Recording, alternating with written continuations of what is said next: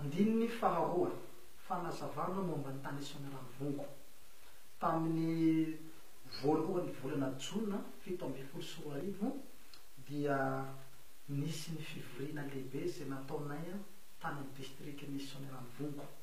Marina fa io fivoriam-bavaka zay nataonay io dia mitondra titra hoe fianarana baiboly nandritsy ny 3 volana ary izany fivoriana zany dia nahazoana alalana nanomboka avy ao amin'ny fokotany hatrany amin'ny commune jusqu'à tamin'ny Matoa district.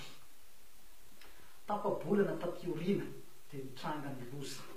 Inona zava-nitranga? Fitsaram-bahoaka zay natroanay tamin'ny fotoana tamin'ny 19 juin ihany 2017 io ihany. Dia tamin'ny fotoana io moa zany mamy Andriamatoa chef district, mamy toka zany tena mamy mitondra ny vahoaka izy ary mitondra ireo force ihany koa manao fitsaram-bahoaka. Tao anatin'ny fotoam-bavaka moa zany ny fivavahana kristiana amiray tamin'ny fotoana io nitranga zay loza be zay ary tonga moa ny vahoaka nandrava ny fananan'ireo fiangonana ary very tamin'izay fotoana zay ny vola 50 tapitrisa sy ireo fitaovam-piangonana toy ny ordinateur sy ny bafola sy ny fitaovana matanjaka maro samihafa.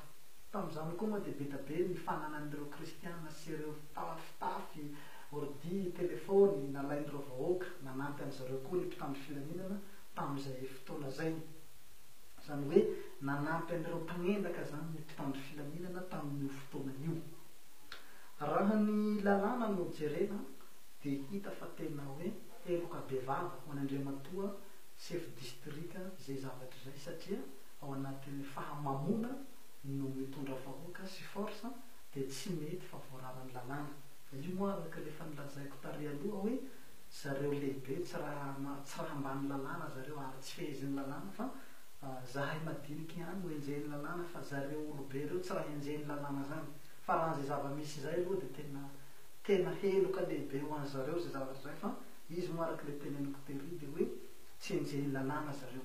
Mariko eto tompoko fa ny fiampanganareo momba ny fivavahana kristiana hoe tany isaon'ny ranovongo nanao firaisana masina tena tsy marina zany tompoko ary tsy marina zany.